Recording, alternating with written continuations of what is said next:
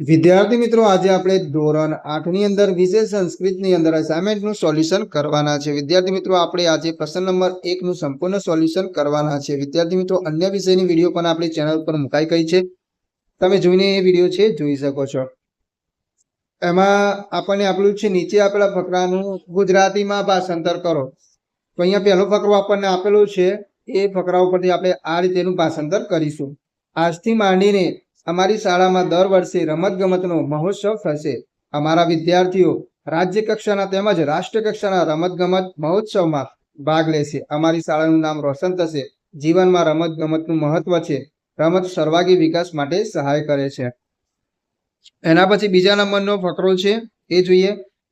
તો એનું આપણે અનુવાદ છે આ રીતે કરીશું. ચાણક્ય: આ કામળાઓ મારા માટે નથી, ગરીબ માણસો માટે છે. જે વસ્તુ આપની ન હોય તેનો ઉપયોગ થાય છે, એનો ઉપયોગ પાપ છે.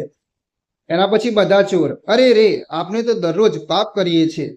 ચોરીનું કામ કરીને જ પેટ ભરીએ છીએ. આપણે આજથી શરૂ કરીને કોઈ દિવસ પાપ નહીં કરીએ. આર્યનો જય. એના પછી ત્રીજા નંબરનો પેરેગ્રાફ છે, એનું અનુવાદ જોઈએ. તેમાં આપણે આ રીતે લખીશું: ગાંધીનગરથી નજીકમાં જ વિદ્યાભવન નામની વિશાળ ઇમારત છે. તે જ ઇમારત જીસીઈઆરટી તરીકે જાણીતી છે. વિદ્યાભવનમાં જીસીઈઆરટી ના નામે પરિષદની કચેરી છે. આ પરિષદ આપના પ્રાથમિક શિક્ષણ ક્ષેત્રે પરિવર્તન માટે નિરંતર કાર્યરત હોય છે. એના પછી ચોથા નંબરનો પેરેગ્રાફ છે. એમાં આપણે લખીશું: એક વાર તેને જોયું કે એક સિંહ પોતાની પત્ની સાથે નદીનું પાણી પીવા માટે આવ્યો. નદીના પાણીમાં રહેલા મગરે સિંહની પત્નીને મારી નાખી. સિંહે તેને બચાવવાનો પ્રયાસ કર્યો, પણ તે તેમાં સફળ ન થયો. એના પછી પાંચમા નંબરનો પેરેગ્રાફ છે.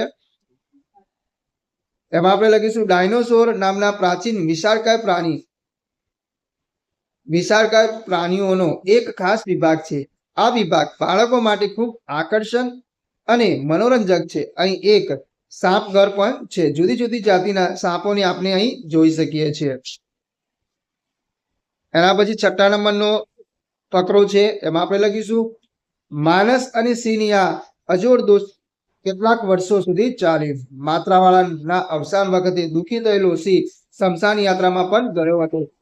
શમશાનથી જ તે જંગલમાં જતો રહ્યો. ત્યારબાદ કોઈ પણ માણસે તે સિંહને જોયો નહીં. સાતમા નંબરનો પેરેગ્રાફ છે. એમાં આપણે લખીશું: માત્રાવાળા દૂરથી આ બધું જોતો હતો. તે ઘાયલ સિંહની મદદ માટે ત્યાં આવ્યો. ઓસડિયા લાવીને તેને સિંહની સારવાર કરી. કેટલાક દિવસ પછી સિંહ સાજો થઈ ગયો અને તે તેનો મિત્ર બની ગયો. વિદ્યાર્થી મિત્રો, આગળ નવી વિડીયોમાં આપણે નવા પ્રશ્નો સાથે ફરીથી મળીશું.